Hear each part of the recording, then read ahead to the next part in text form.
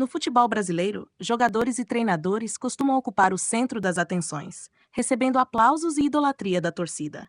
São eles que marcam gols, traçam táticas e muitas vezes se tornam lendas. No entanto, existe uma classe no futebol que raramente é celebrada: os árbitros. Eles estão no campo, tomando decisões difíceis e muitas vezes controversas, mas são frequentemente alvos de críticas e raramente de elogios. Uma das grandes curiosidades dos torcedores sempre foi saber para qual time os árbitros de futebol torcem ou torciam na infância. Afinal, como qualquer um de nós, eles também têm suas raízes, suas paixões e seus clubes do coração.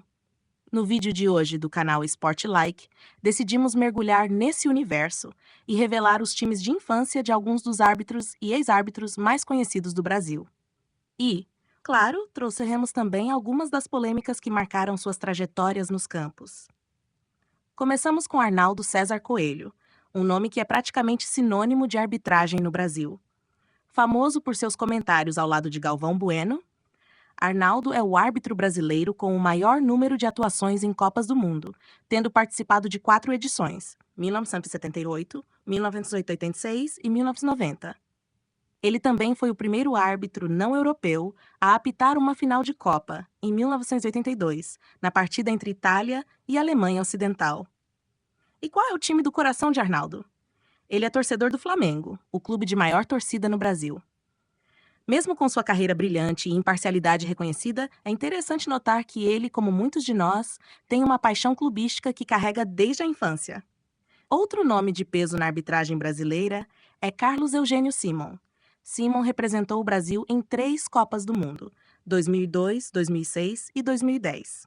Hoje, ele é um respeitado comentarista esportivo, mas antes de se dedicar à análise dos jogos, ele também fazia parte das polêmicas dentro das 4 linhas. E qual é o time do coração de Simon? Ele é torcedor do Internacional, o Colorado Gaúcho. É curioso pensar que, em uma profissão onde a imparcialidade é a principal virtude, esses profissionais ainda guardam suas preferências pessoais. E que tal falarmos de um dos árbitros mais polêmicos da história recente do futebol brasileiro?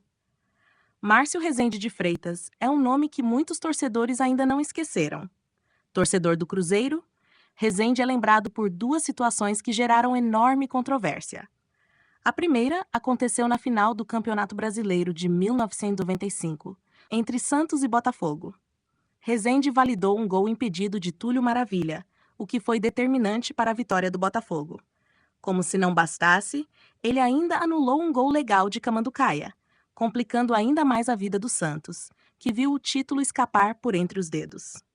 10 anos depois, em 2005, Rezende voltou a ser alvo de críticas quando não marcou um pênalti claro em Tinga, do Internacional, durante uma partida decisiva contra o Corinthians. Além disso, ele ainda expulsou o jogador colorado, o que gerou revolta na torcida e alimentou teorias de conspiração que circulam até hoje. E para completar, apesar de ser torcedor do Cruzeiro, esses episódios colocaram Rezende como persona non grata entre as torcidas de Santos e Internacional. Outro árbitro que também figura entre os polêmicos é Péricles Bassous. Torcedor do Vasco da Gama, Bassous é lembrado com amargura pela torcida cruzmaltina devido aos pênaltis não marcados em favor do Vasco, em partidas contra o Flamengo no Campeonato Brasileiro de 2010. Esses erros, tanto no primeiro quanto no segundo turno, foram decisivos para que o Vasco terminasse a competição na 2ª colocação, enquanto o Corinthians ficou com o título. Até hoje, muitos vascaínos acreditam que Bassous foi tendencioso, o que alimenta a lenda de que a arbitragem muitas vezes favorece o Flamengo, rival histórico do Vasco. E por falar em rivalidade, temos também o caso de José Roberto Wright. Esse árbitro ganhou notoriedade durante a Copa Libertadores de 1981, em uma partida entre Atlético Mineiro e Flamengo. Wright expulsou nada menos que 5 jogadores do Atlético ainda no primeiro tempo, encerrando a partida devido à falta do número mínimo de jogadores. Essa decisão eliminou o Atlético da competição e abriu caminho para que o Flamengo, seu time do coração, conquistasse o título daquele ano. Wright, que apitou a Copa do Mundo de 1990, é até hoje uma figura controversa, especialmente entre os torcedores do Galo, que nunca esqueceram o ocorrido. Mas nem só de polêmicas vive a arbitragem brasileira. Alguns árbitros conseguiram se manter longe dos holofotes negativos, mesmo sendo torcedores fervorosos de seus clubes. Um exemplo é Evandro Rogério Roman, que torce para o Atlético Paranaense, mas sempre procurou manter uma postura discreta e imparcial durante sua carreira. Outro, Éber Roberto Lopes, torcedor do Corinthians, que conseguiu passar por grandes jogos sem deixar que suas preferências pessoais interferissem em suas decisões. E não podemos deixar de mencionar os irmãos Paulo César Oliveira e Luiz Flávio de Oliveira, ambos árbitros e ambos torcedores do Corinthians. É interessante observar como duas pessoas tão próximas, com a mesma paixão clubística, seguiram caminhos similares na arbitragem, buscando sempre a imparcialidade em suas decisões. Por fim, temos Guilherme Sereta, torcedor do Santos, e Marcelo de Lima Henrique, que torce para o Flamengo. Esses árbitros, assim como muitos outros, carregam em si a paixão pelo futebol desde a infância. Mas aprenderam a deixar essas paixões de lado quando entram em campo para apitar. E você? Lembra de mais algum árbitro que não mencionamos? Ou de algum jogo que ficou marcado por uma grande polêmica na arbitragem?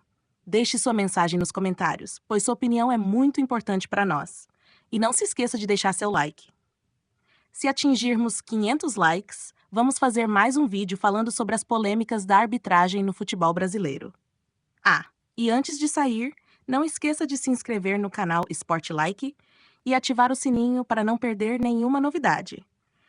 Continuem maratonando o conteúdo do canal, temos muitas histórias fascinantes sobre o mundo do futebol esperando por você. Confira as sugestões de vídeos aqui ao lado e até a próxima. Tchau!